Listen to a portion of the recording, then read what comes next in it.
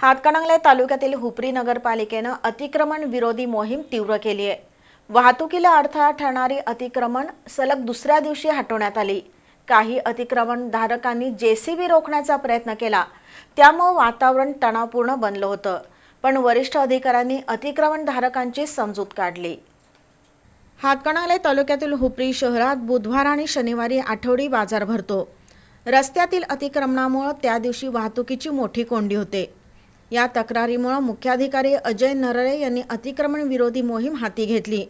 माळ भागावरील Lakshmidevi girls school पासून छत्रपती शिवाजी महाराज पुतळा, येळगुड रोडवरील महावितरणचं कार्यालय, इंग्रोळे कॉर्नर, डॉक्टर बाबासाहेब आंबेडकर पुतळ्यासमोरील मुख्य रस्त्यावरील टपऱ्या आणि डिजिटल फलक पोलीस बंदोबस्तात जेसीबीच्या सहाय्याने काढण्यात आले। मोहिमेदरम्यान काही अतिक्रमणधारकांनी जेसीबी रोखण्याचा प्रयत्न केला। यावेळी अतिक्रमणधारक आणि अधिकाऱ्यांमध्ये जोरदार वादावादी झाली, त्यामुळे वातावरण तणावपूर्ण बनलं होतं। मुख्याधिकारी अजय नरळे आणि पोलीस निरीक्षक सत्यवान हाके यांनी अतिक्रमणधारकांची समजूत काढली। नगर परिषद गोरगरीब कष्टकऱ्यांची अतिक्रमणं हटवून धनदांडग्यांना मात्र सॉफ्ट कॉर्नर देत असल्याचा आरोप होतोय।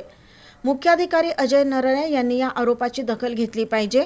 या मोहिमेत प्रशासकीय अधिकारी प्रशांत तराळ, स्थापत्य अभियंता प्रियांका भाट, मिळकत पर्यवेक्षक ज्योती पाटील, स्वच्छता निरीक्षक सचिन भोसले, अभियंता प्रणाम शिंदे, निखिल चव्हाण, तेजस जाधव, रोहित कनवाडे, मिरासो शिंगे, शुभम काशीद, उदय कांबळे, विनोद कांबळे यांच्यासह कर्मचाऱ्यांनी सहभाग घेतला।